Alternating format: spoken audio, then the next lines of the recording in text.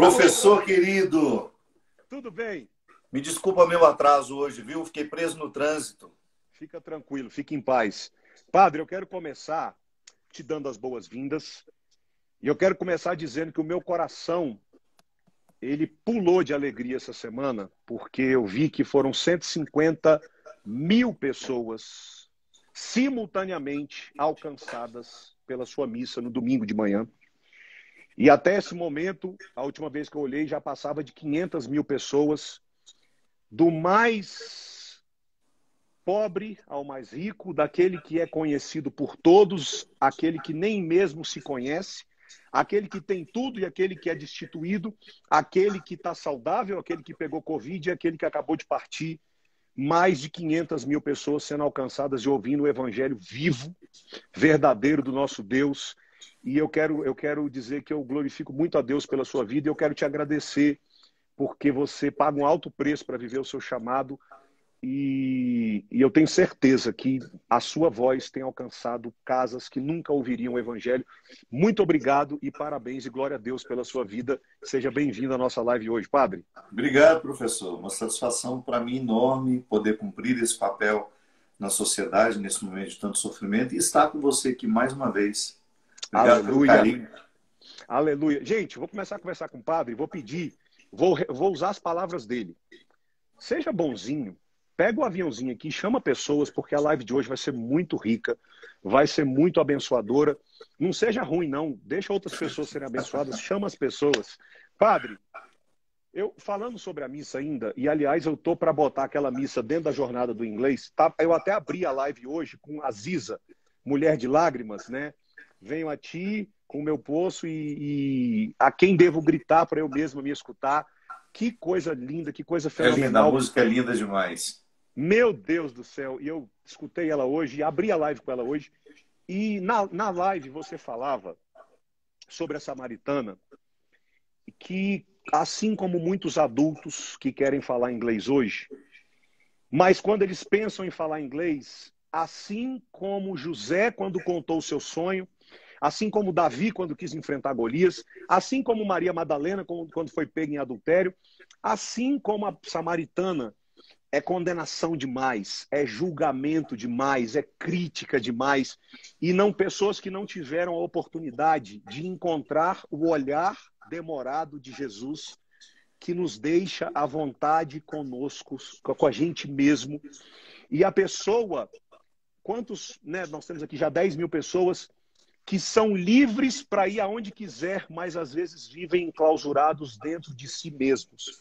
E que, como o senhor muito bem disse, não tem a oportunidade de viver um processo terapêutico da amizade, de encontrar alguém que nos deixa à vontade com a gente mesmo e nos escuta e nos deixa falar a verdade, que destranca o passado, corrige o presente e prepara o futuro. Fala um pouquinho para a gente sobre esse assunto, porque aquilo ali, para mim, eu falei brincando, mas aquilo ali, se eu pegar e botar dentro da jornada do inglês, aquilo ali é ouro, porque aquilo ali é o motivo pelo qual é a samaritana que tinha vergonha de falar com Jesus, é a situação de vários adultos que têm vergonha de falar com os nativos hoje. Fala pra Mas gente um pouco sobre isso. eu acredito, professor, que você tenha esse sucesso estrondoso ensinando as pessoas inglês, porque você tem uma espiritualidade muito presente em tudo que você faz. Essa Obrigado. releitura que você faz dos textos bíblicos, a compreensão que você tem dos processos humanos manifestados dentro do Evangelho e tão bem acolhidos e administrados por Jesus, lhe capacitam muito, muito. Você fica muito preparado para entender o técnico da sua missão, mas ao mesmo tempo saber que aquela pessoa que está tentando aprender inglês com você, ela pode ter entraves que são de natureza emocional e espirituais. E o evangelho que narra o encontro de Jesus com a samaritana, ele é de uma riqueza antropológica. Aliás, ele é, para mim, uma constante fonte de aprendizado e de descobertas. Como na filosofia a gente diz, né, de assombros. O assombro na filosofia é toda e qualquer realidade que provoca em mim um encantamento. Da mesma forma como Moisés ficou encantado diante daquela sarça que ardia sem se consumir. Nós chamamos isso de epifania. Mas o encontro de Jesus com a samaritana tem muitos simbólicos interessantes, que eu já usei muito nas minhas pregações. A começar pela hora do dia em que o encontro acontece. Ele compartimenta o dia. Aquele encontro aconteceu ao meio-dia. Aquela mulher, digamos que ela já tivesse metade de sua vida vivida, da mesma forma como ela tinha naquele momento metade do seu dia. Essa metade do dia já vivido era um pouco a metáfora de tudo aquilo que ela havia experimentado. Era uma mulher de muitos fracassos, uma mulher de muitos erros, de muitos equívocos, que ela mesma teve coragem de contar para Jesus. Quando você diz que Jesus deixou ela à vontade, foi justamente porque ele sabia que há todo um processo terapêutico quando nós conseguimos falar de nós. A psicologia nos ensina isso, que quando eu sou capaz de verbalizar um problema, eu já estou 50% com ele resolvido. Porque a verbalização me gera comprometimentos comigo que estou dizendo, com quem está me ouvindo. Então, como Jesus sabia e conhecia o processo humano, ele queria que aquela mulher pudesse ser curada a partir dela mesma. Que gerasse um novo entendimento nela, uma forma nova de ver a vida que proporcionasse a ela uma liberdade interior que até então ela não havia experimentado. Meio-dia, metade de uma vida já vivida, e ela precisava ressignificar tudo aquilo. Eu acho interessante porque, como eu falava no Evangelho de domingo, na minha reflexão, Jesus tinha alguns elementos históricos, sociais, que privavam aquele encontro. Ele seria cruelmente julgado pelos mestres da lei, pelos fariseus, pelos especialistas em religião, se eles descobrissem que Jesus estava conversando com uma mulher samaritana. Dois agravantes naquele tempo, né? No contexto judaico, a mulher que pode estar menstruada, ela é causa de impureza para mim. Então nunca se sabe quem está menstruada. Sei quem são os meus familiares, as minhas irmãs, a minha mãe, a minha esposa, mas por isso que havia tanta restrição em se aproximar de uma mulher, porque você poderia estar se aproximando dela no momento em que ela estava vivendo a menstruação. E aquilo seria, do ponto de vista religioso, porque a gente precisa entender que no judaísmo, regras de higiene são regras religiosas. Não há muita distinção. Por que não se come camarão? Porque se considera o camarão um alimento muito imundo, o lixo do mar. Por que não se come porco dentro da compreensão judaica? Por ser o animal que é considerado muito sujo. Então, regras de higiene, regras religiosas. Jesus quebra primeiramente essa regra. Ele se aproxima dela e estabelece um diálogo, que é um pouco o processo socrático, né? A maêutica, de ficar nunca respondendo o que ela pergunta, mas oferecendo uma nova pergunta para que ela pudesse desenterrar a sua própria resposta. Eu acredito que você, como professor, você é maêutico também. Em muitos momentos você não vai dar a resposta pronta para o seu aluno. Você vai, com uma outra pergunta, fazê-lo chegar àquilo que ele já sabe, mas de repente resolveu não utilizar-se. Então, ele se aproxima dela e estabelece um relacionamento de muita intimidade. Ela sentiu-se íntima, ela sentiu-se à vontade para poder dizer o que disse a ele. E ele só pôde fazer alguma coisa por ela porque ela destravou a língua. Ela teve coragem de falar. Eu acredito que a samaritana, ela viveu naquele momento uma experiência que muitos de nós já experimentamos também, que já vivemos. Que é quando o outro nos pergunta assim, o que está acontecendo? E aquilo que está acontecendo está tão pesado que você tem uma absoluta necessidade de dizer. E quando o que está acontecendo está de fato alinhavado por uma preocupação com a gente, isso nos deixa à vontade. É diferente. Você sabe que no dia a dia nós temos uma linguagem coloquial, eu me aproximo das pessoas e formalmente, sem nenhum interesse que ela me diga, eu falo, e aí, como é que estão as coisas? O máximo que o outro vai fazer... Clichê. Tá tudo bem. Vamos levando. A gente dificilmente tem a oportunidade de destrinchar o que significa está tudo bem, estou levando. Ou então, não, não estou muito bem, não. Porque nos falta tempo para isso. A responder, ouvir a resposta do outro e querer que ela faça sentido para a gente, vai necessitar de que haja uma disposição em nós. E Jesus tinha todo o tempo do mundo para aquela mulher. Todo o tempo. E foi então que ele ouviu, que ele, de alguma forma, acertou os ponteiros com ela. Vai chamar o seu esposo. Eu não tenho esposo. Eu falei, pois é, disseste bem. Já tivesse 5, o que tens agora não é teu. E aqui há um simbolismo numérico muito bonito, professor. Não sei se você já pensou. O número 7 na Sagrada Escritura é o número da perfeição. Então, a samaritana já tinha tido 5 maridos, o que ela tinha na atualidade não era dela, e Jesus chegou para ser o 7º. Uau! Não esposo do ponto de vista carnal, mas estabeleceu com ela a alma esponsal. Né? Isso é lindo. Quando nós compreendemos que viver a esponsalidade, isso é, um amor que me compromete com o outro. Por isso que padre não se casa, porque nós temos essa pretensão de viver com cada pessoa que passar por nós um amor esponsal, um amor de dedicação, um amor de entrega. Aquela pessoa passou por mim naquele momento. E se eu percebo que é possível uma conexão religiosa com ela, eu me entrego mesmo, não tenho nenhum receio, porque eu acredito na pureza das intenções dela. Então Jesus ofereceu àquela mulher a oportunidade de experimentar o verdadeiro amor esponsal. Até então, todos os homens que haviam passado pela vida dela fortaleceram as cadeias que ela tinha dentro de si. Certamente cadeias impostas pela religião, pelo próprio preconceito. Como nós aprisionamos as pessoas nos nossos preconceitos, nas nossas visões apressadas. E de repente aquela mulher pôde viver. Ela destravou a língua. Ela falou. Da mesma forma como você sempre salienta que se nós quisermos falar inglês, nós teremos que despertar a língua e falar sem medo. A gente não pode continuar sendo refém daquilo que um dia nos estacionou, daquilo que um dia nos oprimiu. E ele dá a ela uma receita de espiritualidade, de religiosidade, que nós ainda estamos tentando aprender, que é uma responsável... Como é que chama isso? Relativização geográfica. Ele diz para ela assim, tá vendo esse povo aí que fica brigando por religião, dizendo esse pedaço de chão é meu, o Monte Sinai é nosso, o Horebe é nosso, o Templo de Salomão.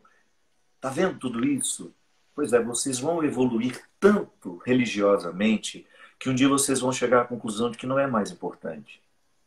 Pode até considerar ser importante para os judeus, por exemplo, reconstruírem o Templo de Salomão lá no monte onde atualmente nós temos a mesquita. Pode ser que eles sonhem com isso. Pode ser que um dia o mundo volte a viver em paz e os muçulmanos resolvam dividir o espaço com eles. Imagina que lindo que seria isso, né? Naquele mesmo monte que é importante para judeus e muçulmanos, os dois povos conviverem, utilizarem daquele espaço. Enquanto o mundo não é assim, o que a gente deveria pensar? Eu sou a Jerusalém Celeste. A minha religião, o meu cristianismo, me libertou definitivamente para que eu não tenha uma localização para a minha fé. O local sou eu. Nada que esteja fora de mim é mais importante deste sacrário que eu acesso quando volto os meus olhos para dentro de mim. Que foi justamente, aquela mulher não podia entrar no templo. E ela não estava entrando dentro dela há muito tempo. Ela estava aplicando consigo a mesma regra cruel que os religiosos de seu tempo aplicavam com ela. E Jesus disse para ela, se você está com restrição de entrar no templo, não tenha restrição de entrar em você. Porque quando você entrar em você, acessará a verdade e essa verdade será capaz de libertar. Inclusive, de você não viver mais em torno dos preconceitos que até hoje lhe fizeram tão mal. Então aquela mulher naquele momento aprendeu a falar, meu amigo. Foi o grande milagre que Jesus fez na vida dela. Ele foi um terapeuta, porque eu sei, vocês que nos assistem, nós não estamos lendo os comentários para ter mais qualidade da imagem. Que se ativa os comentários cai um pouquinho. Mas você que está nos assistindo, certamente você já passou por algum processo terapêutico. E eu sei que muitos de nós pagamos os nossos terapeutas para mentir para eles. Porque é difícil falar a verdade.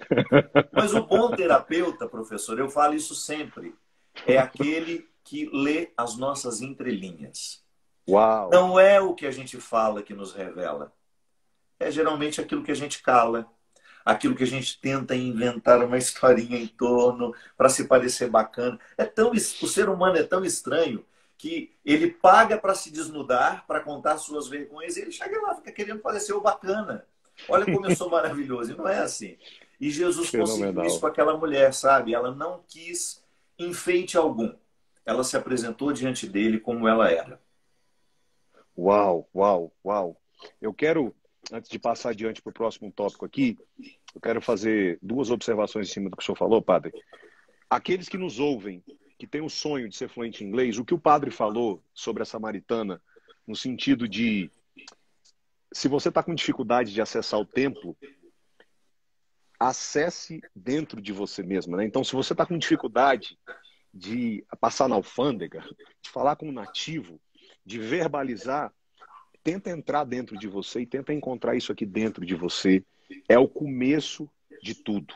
E a segunda coisa, padre, é que tudo isso que você me falou me fez lembrar muito da pessoa que me aconselha espiritualmente, que é o Bispo Lucas, e ele, com 13 anos de idade, ele passou de ano e a mãe dele obrigou ele a refazer o ano. E o próximo ano dele na escola, todos os amigos dele ficavam assim, o que você está fazendo? Aquilo traumatizou a vida dele de uma forma muito profunda, que com 16 anos, e eu pedi autorização para contar isso, ele conta isso publicamente, que na verdade é o meu ponto. Aquilo lhe ficou trancado, inacessado. Ele largou os estudos com 16 anos, porque criou-se dentro dele uma coisa de que eu não sirvo para estudar, e ele passou anos fugindo dos estudos até que ele destrancou o passado, corrigiu o presente e preparou o futuro, justamente fazendo tudo isso que você está falando, que eu acho tão poderoso. E ele, você comentou isso na missa, você precisa aprender, e acabou de contar aqui também, né?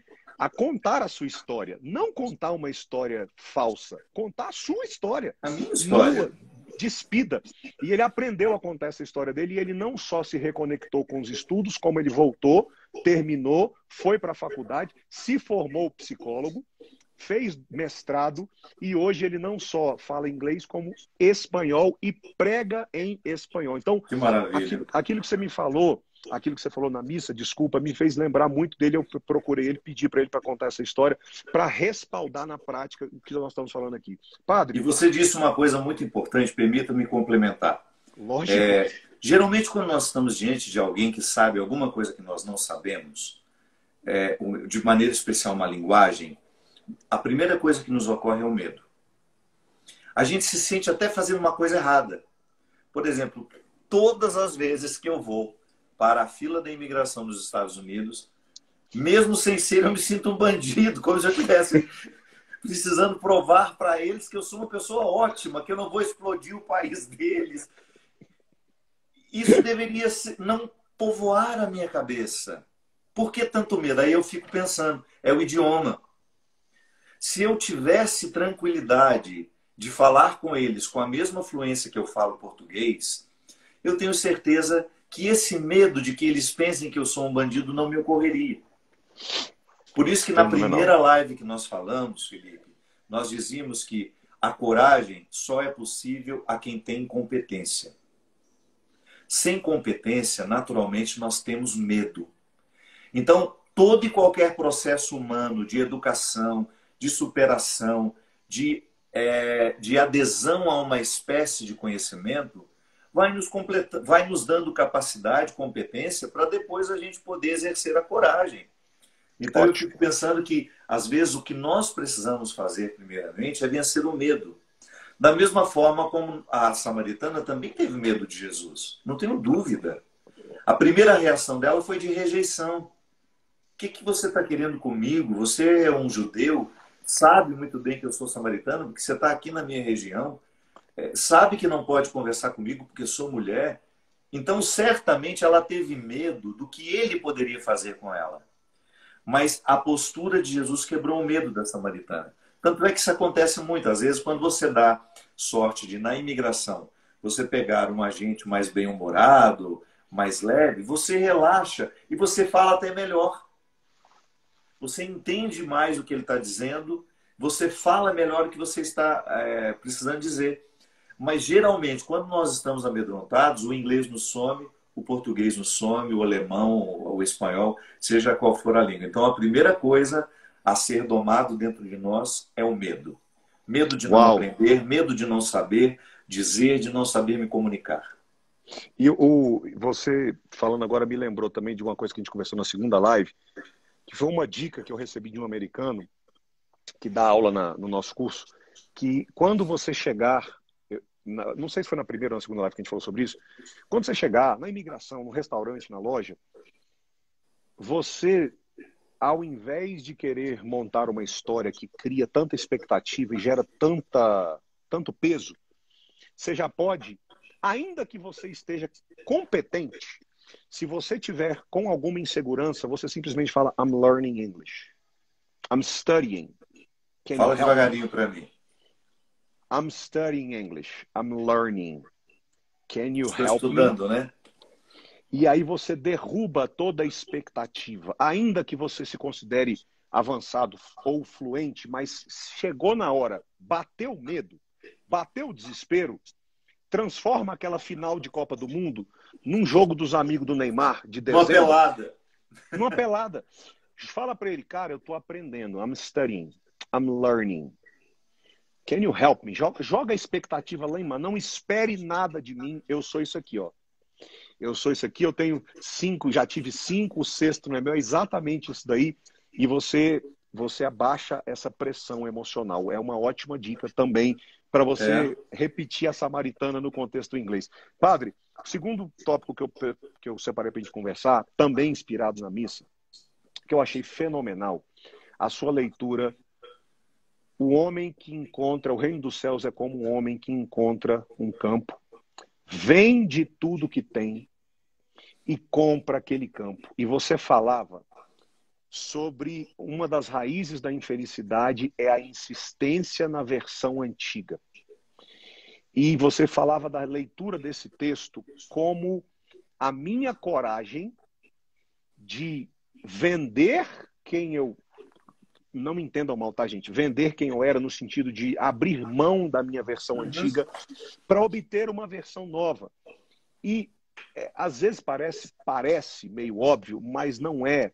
Porque a coisa mais comum do mundo é encontrar pessoas querendo resultados novos, mas elas não estão dispostas a abrir mão da agenda antiga, do costume antigo, do método antigo.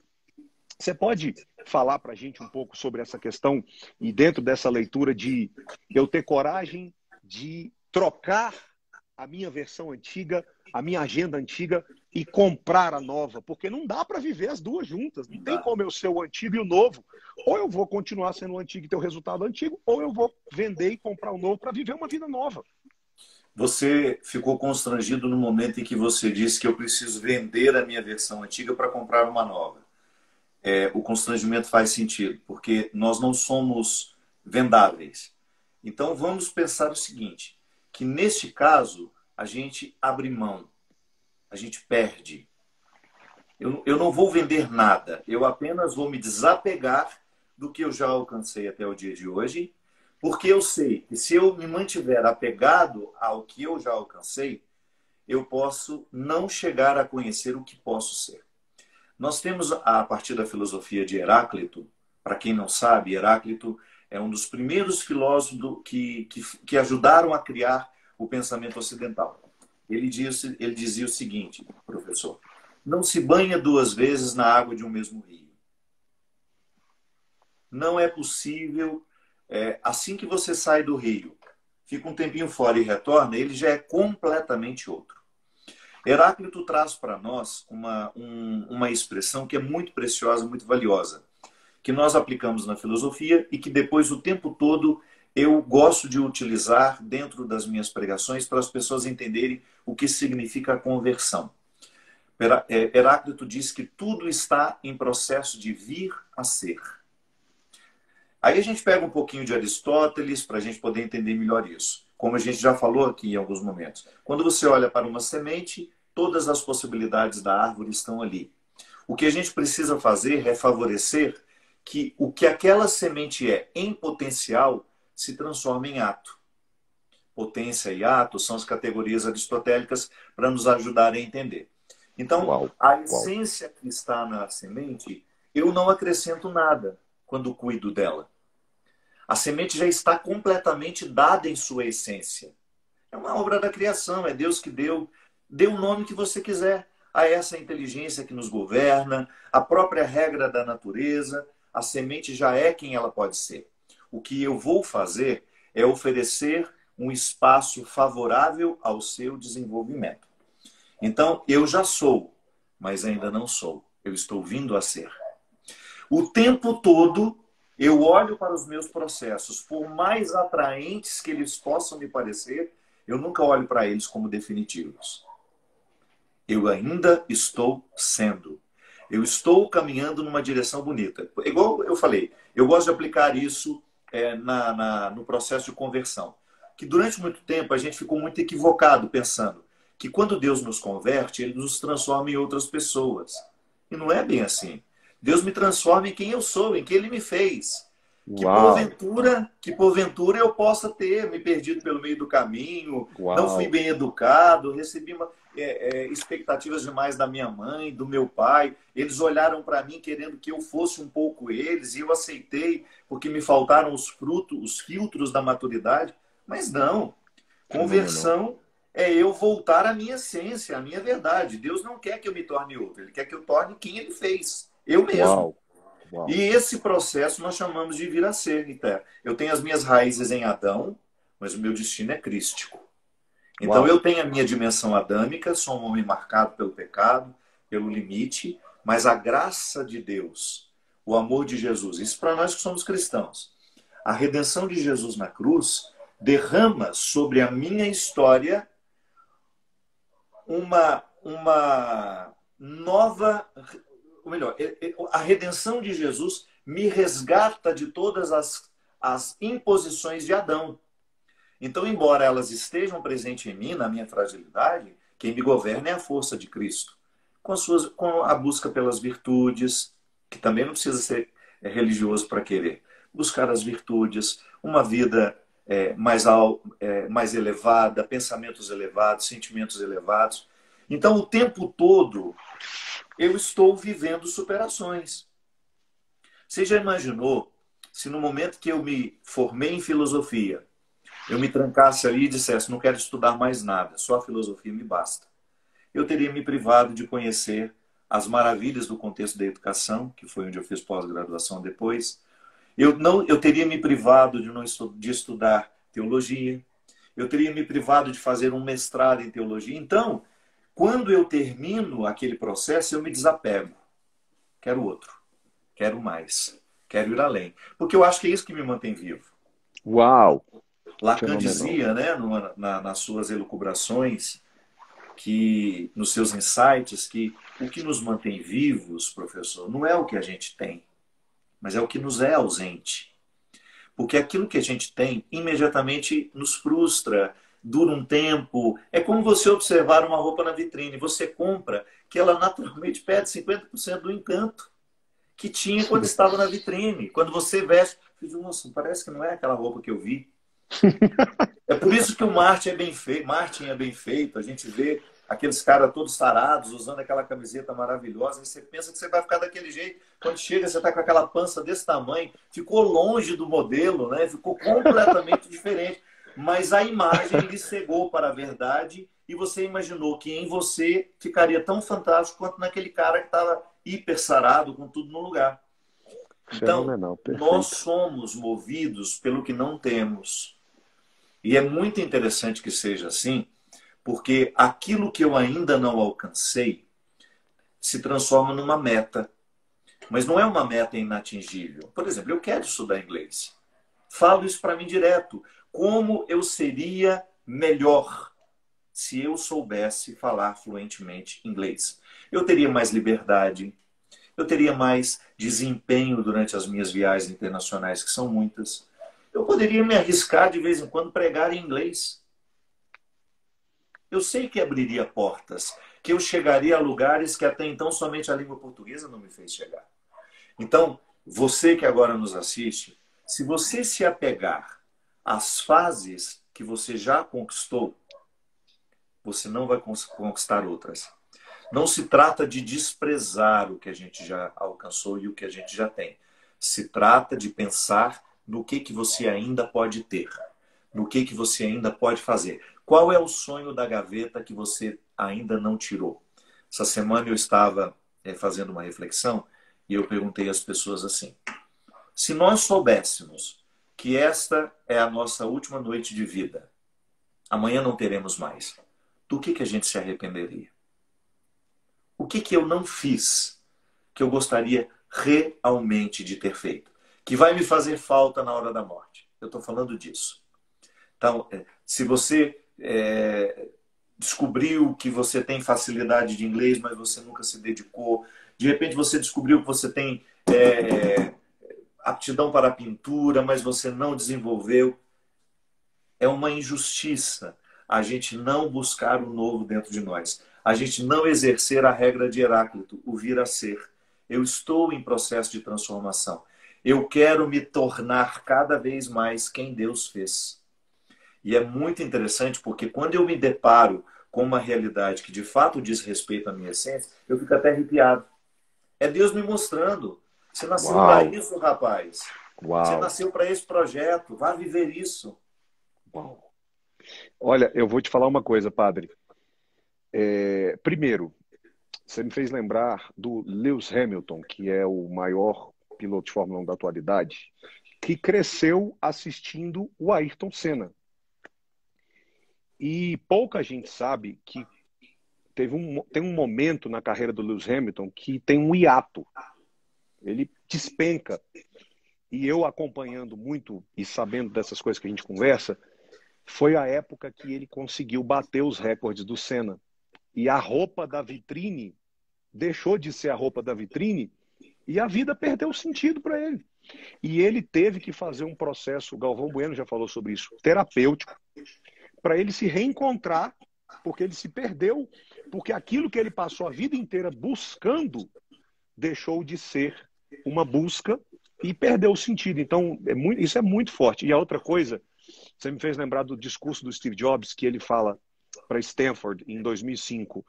Todo dia de manhã eu acordo e me olho no espelho e pergunto: se hoje fosse o último dia da minha vida, eu iria querer fazer o que eu estou prestes a fazer? E pouca gente sabe, mas tudo que está acontecendo na minha vida, na jornada do inglês, e eu estar aqui nessa live com o Padre Fábio de Mello, foi porque há 2 anos e meio atrás eu tomei uma decisão.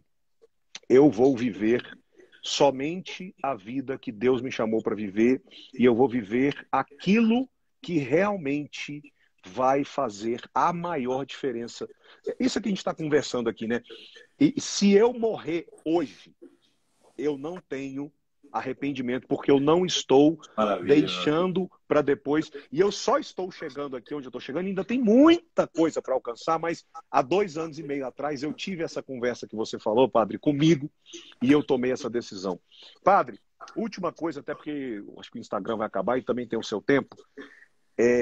A gente está vivendo numa geração hoje, eu não sei se é a questão a disputa das empresas em agradar os clientes, que é muito ferrenha, mas eu percebo pessoas muito intolerantes, impacientes e olhando muito para o negativo, né? Eu vou citar aqui algumas coisas que eu não estou dizendo que eu vi acontecer na sua missa, mas eu presumo que possa acontecer, que é assim: a missa é maravilhosa, mas o som ficou longe. Mas o padre está descalço. Mas eu queria ver a Ziza tocando. A pessoa consegue achar defeito em tudo. Eu não sei se acontece na missa. Não estou falando de coisa que aconteceu. Estou falando... E eu me lembrei de um versículo que eu queria pedir para você, para a gente fechar, falar sobre esse assunto, que Jesus fala em Mateus 6. Se os teus olhos forem bons, toda a tua vida, todo o teu corpo será bom. Mas se, porém, a luz que há em ti forem trevas, quão grandes trevas serão. E eu percebo que a gente tem olhado muito para o que nos faz parar, para o que nos faz tropeçar, ao invés de focar naquilo que vai me dar força para continuar. Não sei se você tem essa percepção também, ou então fala um pouquinho para a gente sobre esse assunto. É a cultura do negativo, né? Às vezes Isso. eu tenho um hábito de, por exemplo, eu gosto de prestigiar os cantores católicos, quem produz um clipe, quem produz uma música nova, porque eu alcancei lugares tão nobres da música popular no Brasil, como músico católico, e sempre que eu posso, o Felipe, eu levo os meus companheiros, ainda ontem eu falava isso com a Ziza, no domingo, desculpa. Eu falava assim, Ziza, eu sempre tive uma preocupação, a partir do momento que eu comecei a fazer sucesso fora da igreja, de nunca permitir que o repertório do show fosse essencialmente de músicas minhas. Eu tenho músicas para fazer shows o Brasil inteiro sem repetir. Tem. Eu gravei 20 CDs. Boa parte é autoral.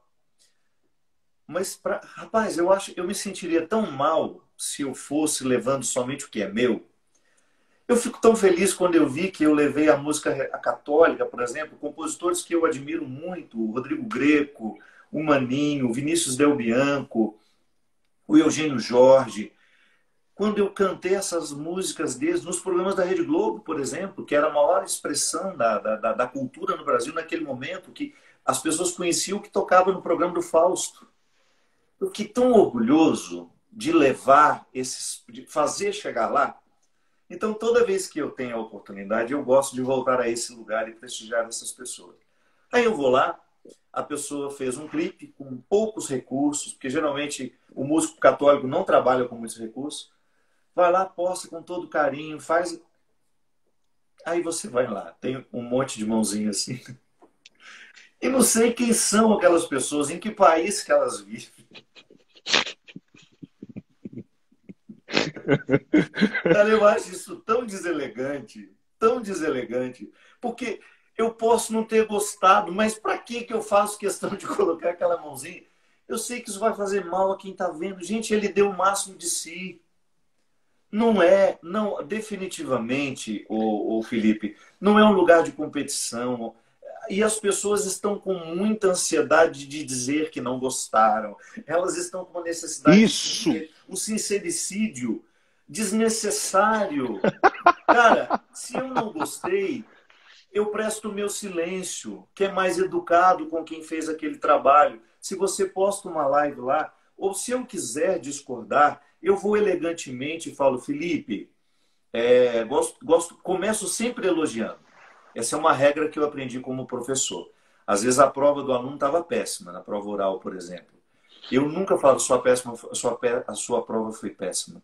Eu começava valorizando. Nossa, eu fiquei muito encantado com a maneira como você abordou isso, isso e isso. Você estava muito lúcido. Agora, eu notei que você não estava tão bem preparado nesse assunto. É outra forma de corrigir. É outra forma de demonstrar. De demonstrar aquilo que você gostaria de demonstrar, mas não precisa ser com essa sinceridade agressiva, desagradável. Eu acho que isso, meu amigo, é fruto de uma infelicidade muito grande que nós estamos arraigando. Então, é aquela velha história. Eu estou infeliz, eu não quero que ele seja também. Então, eu vou lá, eu vou dar dislike, sim. Não, volto a dizer, uma coisa é discordar de um pensamento, de uma fala, você tem todo o direito de ir lá elegantemente dizer. Agora, quando você percebe que é apenas uma forma de ser deselegante, eu pessoalmente não quero isso em mim. E à medida que eu educo as pessoas que me seguem, eu falo, gente, não gostou, vira a página.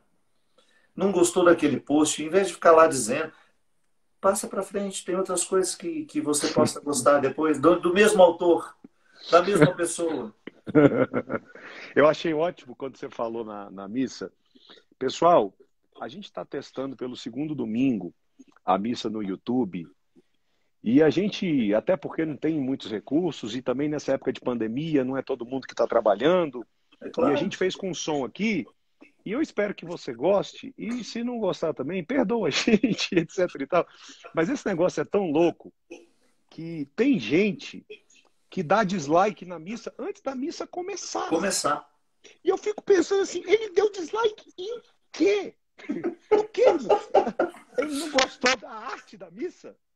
O padre estava olhando para cima, eu queria ele olhando para mim. Não sei, eu dislike, a missa nem começou.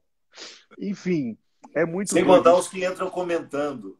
Lembra o que a Igreja Católica fez na Inquisição? Tá bom, Ai, deixa esse Jesus. assunto para depois, vão rezar agora. Ótimo, ótimo, ótimo. Padre, mais uma vez quero te agradecer esse bate-papo maravilhoso e mais uma vez dizer é, parabéns, obrigado por aquilo que você tem sido no Brasil e quantas famílias que têm recebido de uma palavra de fé e de esperança, do Imagina. Evangelho vivo através da sua vida. Obrigado por esse bate-papo, que tenho certeza que abençoou todo mundo. Pode Dá deixar tempo sua de eu contar mensagem. uma historinha ainda?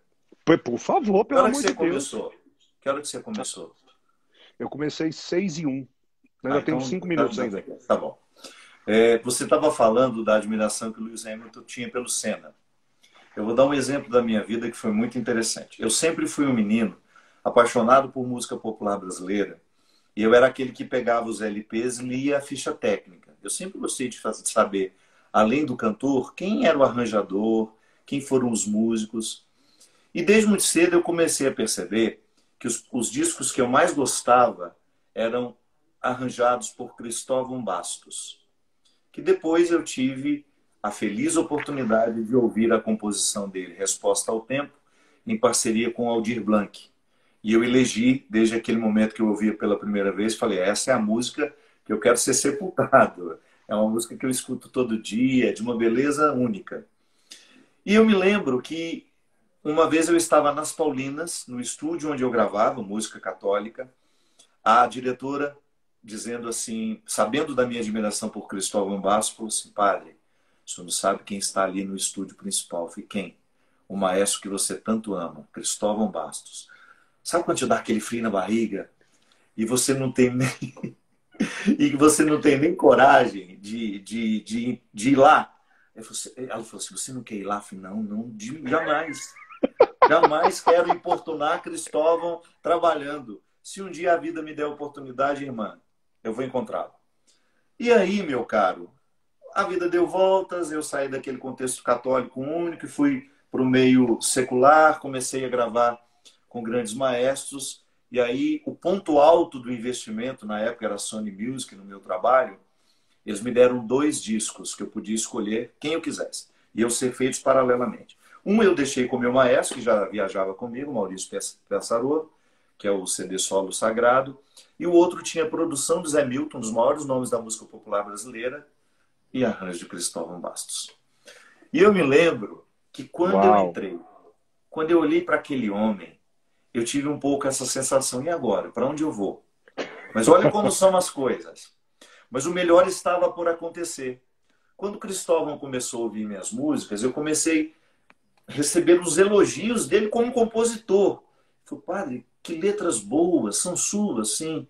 As melodias bonitas, vai ficar um disco lindo. Aí, lá pelas tantas, o disco sendo feito, ele tocando piano, eu cantando, fazendo voz guia. Aí, uma hora, deu um espacinho e eu falei, deixa eu te mostrar uma coisa que eu tenho. E tocou uma melodia lindíssima, lindíssima, lindíssima. E ele falou assim, estou precisando de um parceiro para essa música.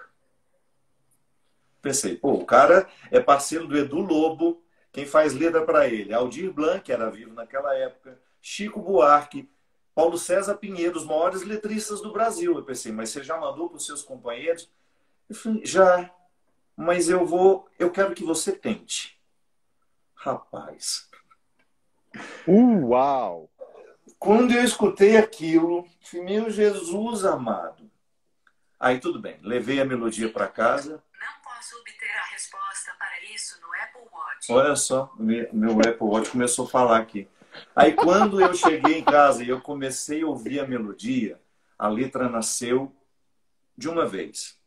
E eu, muito sem graça, no outro dia, falei, Cristóvão, foi tão assim, mas é o que eu escutei da melodia. Chama-se Desacontecimento. Aí quando eu cantei e ele tocou, pela primeira vez, ele tocando e eu cantando, ele só falou assim, que coisa linda, meu parceiro. Meu amigo, Uau! naquele momento eu experimentei um pouquinho isso. Fiz uma releitura da minha história, de como às vezes a gente não se sente capaz para viver o que o momento está nos dando.